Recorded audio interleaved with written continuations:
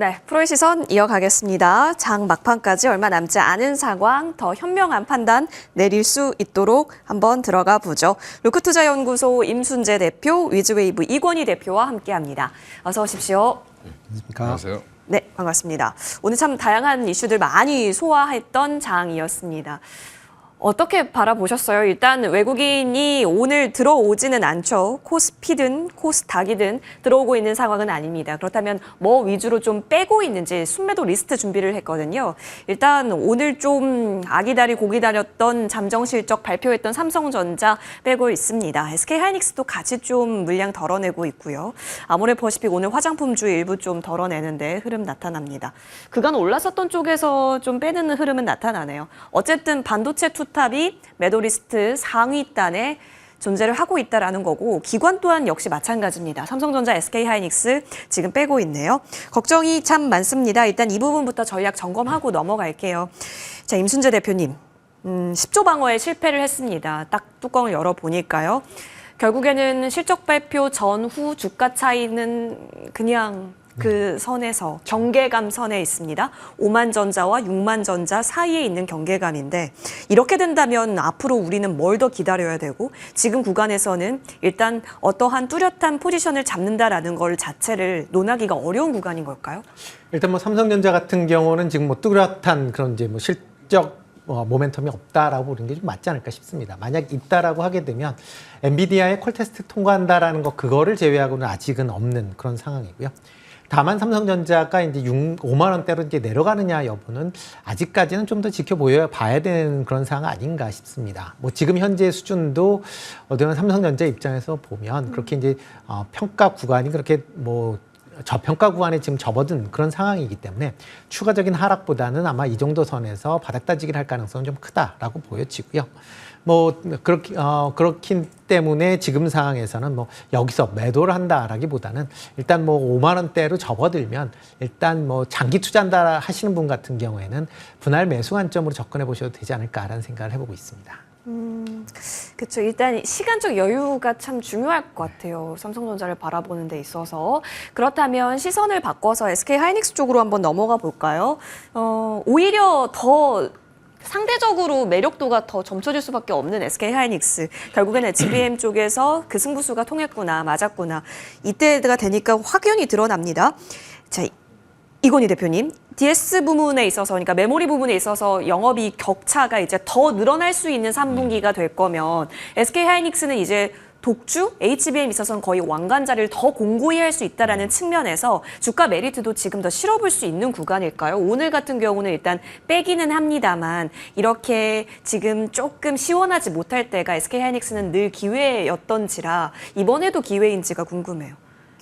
일단 뭐 18만 원 미치면 여전히 좀 사볼만하다 개인적으로 보고 있고요. 물론 이제 그 논란의 여지는 있습니다. 지금 삼성전자가 PBR 1배 수준까지 빠졌는데 SK하이닉스가 1.7배, 8배 움직이는 게 맞냐? 뭐 이런 얘기도 있습니다만 여전히 그 정도의 격차는 HBM으로 이제 승부가 났다라고 보시면 되고요. 생각보다 지금 D램이라든지 DDR5부터 시작해서 ESSD까지 지금 삼성전자보다는 SK하이닉스에 대한 평가가 훨씬 더 좋습니다. 시장에서. 그런 부분에서는 지금 반도체 부분은 이제 삼성전자가 1등을 좀 빼앗긴 게 아닌가 할 정도로 지금 선두업체로서 치고 나가지 못하고 있기 때문에 예전에 SK하이닉스가 전형적인 2등 전략을 취했다라고 하면 지금은 이제 1등 자리를 뺏기지 않은 전략을 계속 쓸 가능성이 높다. 네. 그래서 오늘도 보면 뭐 HBM4 관련돼서 맞아요. 뭐 어디와 뭘 하겠다부터 시작해서 이제 여러 이제 보도들이 나오고 있는 건데 결국에는 SK하이닉스의 이제 3분기 실적이 삼성전자의 반도체 DS 부분 실적보다 더 넘을 거라는 거는 이미 컨센이 됐고요. 얼마나 차이가 날 것이냐에 오히려 관심이 더 많고 그리고 추세적으로 3분기, 그러니까 4분기에도 SK하이닉스는 실적이 우상향할 거로 기대를 하고 있는데 전 분기 대비죠. 근데 지금 삼성전자 같은 경우는 다시 반등이 나올 수 있을까라는 거에 대한 또 의문점도 있기 때문에 지금은 뭐 아빠보다는 엄마를 계속 좀 보셔야 될 것 같고요. 저는 18만 원 미치면 뭐 단기적으로도 매수는 가능하다고 보고 있고 중장기로 보시는 분들도 여전히 모으시는 구간이다라고 생각하고 있습니다. 그래서 지금 반도체는 삼성전자는 좀 관망을 하시고 SK하이닉스는 좀 매매를 하시든 아니면 좀 끌고 가셔도 괜찮다라고 보고 있습니다. 실적에 있어서는 그럼 걱정할 부분은 없을까요? 왜냐하면 HBM은 워낙 믿을 구석이긴 한데 레거시탄에 있어서는 가격 다 꺾인다라는 얘기가 어쨌든 둘 다 적용되는 얘기긴 맞잖아요. 네. 일단 그게 이제 그래서 오늘 하이닉스가 좀 많이 빠지는 건데 외국인들도 한 뭐 오늘은 500억 정도 매도를 하고 있는데 일단 삼성전자가 10조 이상 나왔으면 아마 SK 하이닉스가 더 주가가 더 잘 갔었을 겁니다. 예, 레거시가 좋다는 반증이기 때문에. 근데 지금 오히려 SK 하이닉스가 9조 1,000억대 이제 잠정 실적을 내면서 SK 하이닉스도 일부 좀 훼손되는 게 아니냐라는 우려가 좀 반영되고 있다라고 보시면 될 것 같고요. 근데 이제 그것도 이제 뭐 실적 발표를 열어봐야 알기 때문에 마진율이라든지 이런 것들도 따져봐야 되고 여전히 삼성전자보다는 경쟁력이 조금은 더 있다라고 보고 있고 SK 하이닉스가 지금은 그러면 지금 자리는 잘 바닥을 잘 다지고 있고 SK 하이닉스 입장에서는 또 한 번 치고 나가기 위한 도약을 준비하기 위한 뭐 과정. 그래서 PBR 한 2배 선까지는 언제든지 올라갈 수 있다. SK 하이닉스는 지금 그렇게 보고 있습니다. 그래서 한 20만 원 이상 충분히 갈 수 있다고 보고 있어서 지금 뭐 그렇게 걱정 안 하고 사셔도 괜찮을 것 같습니다. SK 하이닉스는. 근데 그렇다고 이제 예전처럼 탄력적으로 뭐 쭉 가거나 이렇게 하기에는 좀 어려울 거고요. 여전히 이제 업황이 꺾인다라는 그런 그 전문가들의 분석들이 많이 있다 보니까 그런 부분들이 좀 반영이 되면서 좀 그런 것들을 확인해 가면서 올라갈 가능성이 있다. 그래서 변동성은 삼성전자보다는 더 클 수는 있습니다. 네. 예. 최근에도 보면 뭐 큰 폭으로 내렸다가 또 올랐다가 이렇게 했으니까 예, 그 정도의 변동성을 좀 잘 이용하셔야 되는 구간이다라고 말씀드리겠습니다. 변동을 노리는 구간에서 SK 하이닉스는 오히려 적절할 수 있다. 그렇다면 18만 원 이하는 기회, 한 20만 원 선까지는 한번 노려보는 것에 있어서도 선택지는 있어 보이네요. 사실 HBM4를 두고 지금 SK 하이닉스는 여러 가지 얘기가 나오고 있습니다. 하이브리드 본딩 얘기 나오게 됐죠. 공동개발, 하나 인더스트리얼 솔루션즈, 오늘 또 움직이게 하는데 계속해서 다른 쪽에서 기회의 탄력도가 더 높은 것인지 주시를 해봐야겠습니다. 자, 그렇다면 소부장 쪽으로 넘어가서요. 앞으로 이렇게 HBM 쪽에 있어서는 여러 얘기가 나오고 있고 새로운 기술 격전지도 나오고 있는데 그쪽에서 기회를 찾아보는 것은 정확할까요? 아니면 반도체 투심 자체가 워낙 지금 자욱히 깔린 상태여서 고민하게 하네요, 대표님. 일단 뭐 완성 업체들의 실적이 부진했다라고 하게 되면 그만큼 투자 여력이 상대적으로 좀 떨어질 수밖에 없다라고 보여집니다. 특히 뭐 일부 이제 증권사에서 얘기했듯이 내년도 업황에 대한 이제 불확실성이 이제 다시 좀 부각이 된다라고 하게 되면 일단 완성 반도체 업체들의 일단 생산 시설 투자도 상당 부분 좀 제한될 가능성은 있고요. 뭐 물론 아직까지는 뭐 양회사 모두 이제 투자를 확대하겠다라고 얘기는 하고 있지만 그런 부분은 좀 더 지켜보셔야 되지 않을까 싶습니다. 뭐 신기술에 대한 얘기들이 좀 많이 나오는데 아직 신기술이 적용되기까지 좀 더 시간이 걸릴 가능성은 좀 있다라고 보여지고요. 뭐 오늘 같은 경우도 뭐 하이브리드 본딩 관련된 얘기가 나오고 있지만 실제적으로 하이브리드 본딩이 뭐 적용이 되려면 아마 1, 2년 정도 더 소요가 될 걸로 그렇게 예상이 되고 있고요. 과연 어느 회사가 그 기술을 선점할 수 있느냐라는 부분도 아직까지 좀 퀘스천이거든요. 그러니까 단순하게 뭐 개발을 한다라고 해서 개발할 수 있는 건 아니기 때문에 그런 사항은 좀 더 확인을 하시는 그런 이제 절차가 필요하지 않을까라는 생각을 해보고 있습니다. 반도체는 매력도에 있어서 한 번 더 고민하게 하는 구간인 것 같습니다. 상반기까지만 하더라도 뒤도 안 돌아보고 매수가 통했었던 때가 있었는데 지금은 확인 과정이 좀 필요한 부분 확인이 됩니다. 그런 가운데 지금 잘 가고 있는 쪽이 있습니다. 사실 제약바이오단이지 않을까 싶은 생각이 있는데 외국인 순매수 탑10 보니까요. 뭐 알테오젠도 보이고 있습니다. 뭐 사실 오늘이 중요했어요. 종가를 어떻게 만드는가가 사실 중요한 부분이긴 한데 기관 같은 경우를 보니까 펩트론입니다. 속썩이는 종목일까요? 기회를 주는 종목일까요? 자, 이 부분은 이건희 대표님 궁금합니다. 자, 일라이릴리, 무려 일라이릴리와의 플랫폼 기술평가 계약입니다. 그러다 보니까 뭐 상한가까지 갔다가 다시 지금 상한가를 만드냐 마냐의 기로에 있는데 문제는 유중이 아닐까 싶어서요. 기회일까요? 일단 이제 이거를 정리해 보면 네. 펩트론에 대해서 부정적으로 보면 한없이 부정적으로 볼 수 있고요. 긍정적으로 보면 한없이 긍정적으로 볼 수 있는 이슈다. 예. 생각하시면 되고요. 2023년 이제 작년 8월에 이미 7, 8월에 지금 일라일리 쪽에서 그 무슨 사전 와서 이제 공장도 보고 회사도 왔었다. 그때 일라일리라는 공개는 없었고 그 비만 치료제 업체에서 왔었다라고가 나오면서 곧 기술 수출이 되는 게 아니냐라고 했다가 안 나오면서 또 쭉 빠졌죠. 네. 빠졌다가 올해 또 여름에 7월 달에 또 다시 한번 계약 이슈가 부각되면서 올라왔고요. 근데 찬물을 끼얹은 게 기다리던 뉴스가 아니라 유상증자였습니다. 네. 여기서 공장을 짓는다라고 얘기했는데 이게 공장을 짓는 이유 중에 하나도 LG화학에 또 수출했던 부분이 있습니다. 그래서 그 관련돼서 공장을 짓는다라는 얘기도 있고요. 여전히 이제 지금 1년 4개월짜리 14개월, 그러니까 1년 4개월? 14개월로 알고 있는데 14개월짜리 이제 계약을 체결했는데 기술 평가 계약이죠. 네. 플랫폼 기술 평가 계약. 한마디로 니네 기술을 한번 같이 해보자. 임상을 해봤는데 임상이 잘 돼서 임상 1상이 독성 평가를 했는데 괜찮다라고 하면 내가 너네 기술을 가져가마 이런 내용이거든요. 그러니까 비독점을 한 이유는 뭐냐면 비독점으로 해야 뭐 다른 데 팔 때 있으면 팔아라라고 얘기하는 거고요. 우리 좋으면 우리가 독점으로 바꿀게. 예전에 머크가 이제 알테오젠 했던 거랑 비슷한 건데 그래서 이거를 처음 보는 계약이라 당황하셨을 텐데 지금 이거를 한 방에 해결해 준 분이 엄민용 애널이 예, 한 방에 해결해 줬습니다. 좋은 거다. 기대감을 가져도 된다. 거꾸로 우려라고 이제 얘기를 하십니다. 임상의 우려, 일상이 잘 안 되면 어떡하지? 당연히 잘 안 될 가능성이 있습니다만 근데 그렇게 확률이 크면 이런 계약도 체결하지 않겠죠. 그러니까 일단은 잘 될 확률이 높다라고 보는 게 맞고요. 그러면 그때까지 오히려 기대감을 가져가는 게 더 맞다, 지금은. 그래서 저는 오늘 상한가 찍고 이제 풀렸는데 상한가까지 갈 정도의 뉴스는 아니지만 지금 내년 계획상으로 내년 4분기 정도에 일상이 나오게 되면 그때 아마 계약 체결 여부가 결정되기 때문에 앞으로 한 1년 정도 기대감과 우려감이 이제 상존하면서 움직일 가능성이 있고요. 그러면 기대가 좀 클 때는 조금 더 위로 가는 방향으로 나올 거고 기대가 좀 떨어지면 약간씩 조정을 받는 그런 모습이 당분간 이루어지지 않겠나. 그래서 충분히 트레이딩은 가능한 종목이다라고 보고 있습니다. 이전에 주가 좀 많이 빠졌을 때 오히려 기회 노려볼 수 있는 쪽 펩트론이다 말씀해 주셨는데 어쨌든 호재성 재료와 함께 오늘장 현재 구간 26%대 강세 나타나고 있습니다.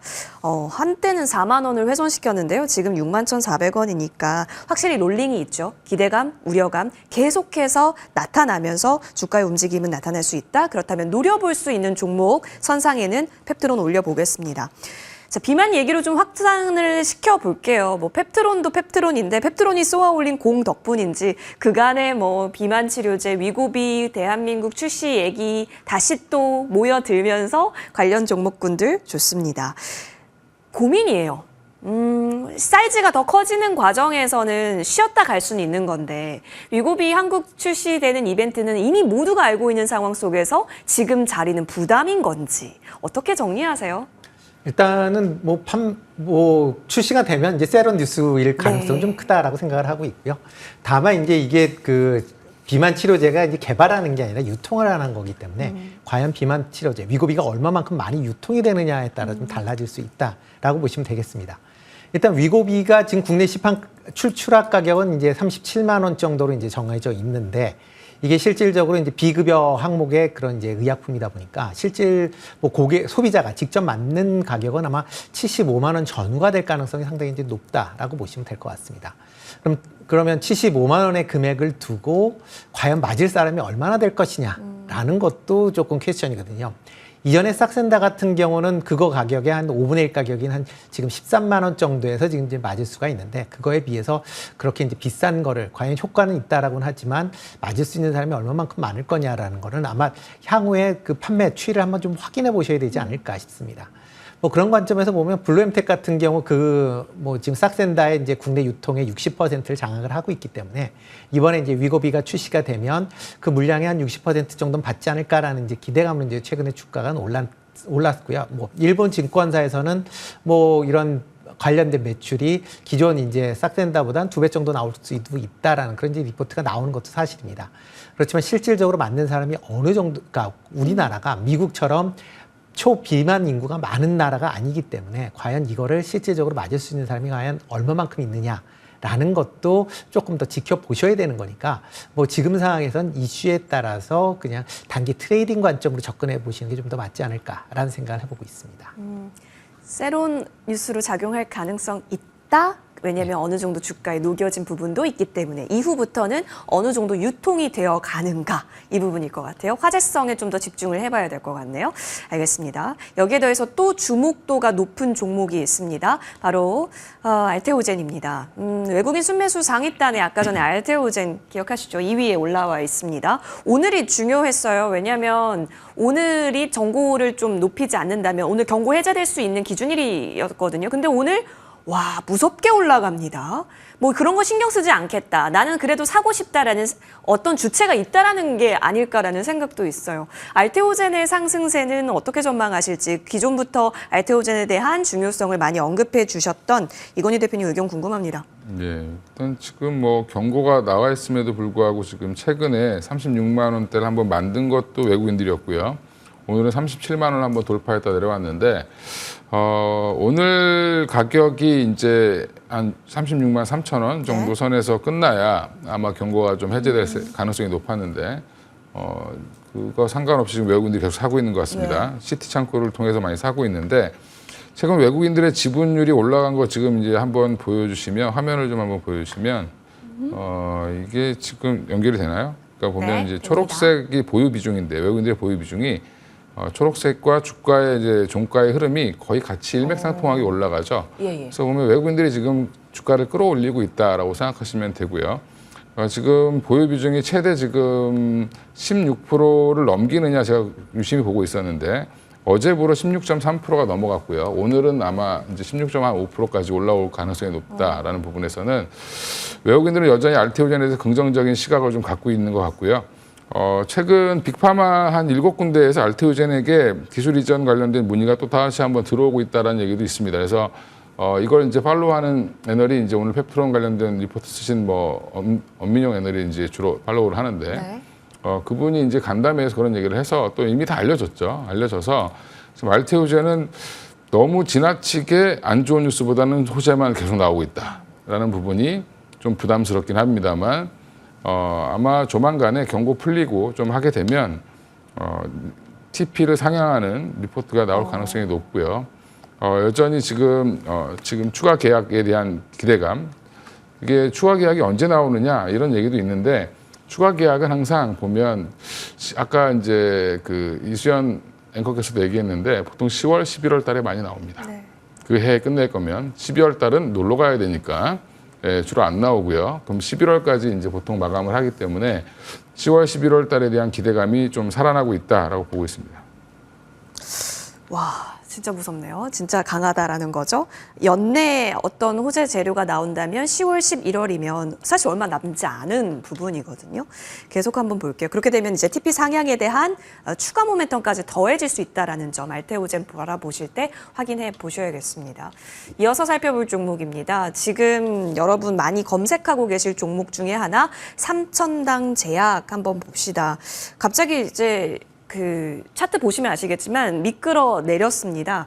오늘 저가 12만 2,800원 만들었다가요. 일부 다시 좀 올려 세우려는 시도는 나타나고 현재 13만 원 지키고 있는 구간입니다. 이슈가 있었죠. 그러다 보니까 이제 갑자기 급락을 한 건데요. 아일리아 특허 소송당했다라는 부분입니다. 그러다 보니까 확 밀렸어요. 지금 우려했던 건 시장에서 삼천당 제약이 이런 이슈를 받아가면 다른 제약바이오단이 다 밀리는 거 아니야 싶었는데 뭐 다행히도 삼천당 제약 개별적인 이슈로 좀 현재는 판단을 하고 있는 것 같고 그럼 우리는 이 부분 한번 저희 들여다보겠습니다. 특허 소송을 받았다라는 건 일단 악재는 맞아 보이는데 그래도 지금 다 내렸을 때 다시 사는 세력은 또 있네요. 어떻게 판단하세요? 일단은 뭐 특허 소송을 당했는데 이게 뭐 최종적으로 결론 난 게 아니라 일단 특허 소송을 당했다라는 것 때문에 이제 주가가 좀 빠졌다라고 보시는 게 맞지 않을까 싶고요.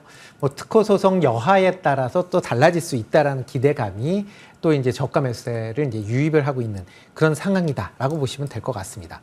뭐 지금 만약 특허 소송이 이제 그 관련돼서 이제 몇 개 회사들이 지금 만들고 있는데 지금 뭐 대표적으로 셀트리온이나 뭐 삼성 바이오 같은 경우는 뭐 주가 움직임은 뭐 상대적으로 삼천당에 비해서는 뭐 덜하다라고 하는 게 맞지 않을까라는 생각이 들고요.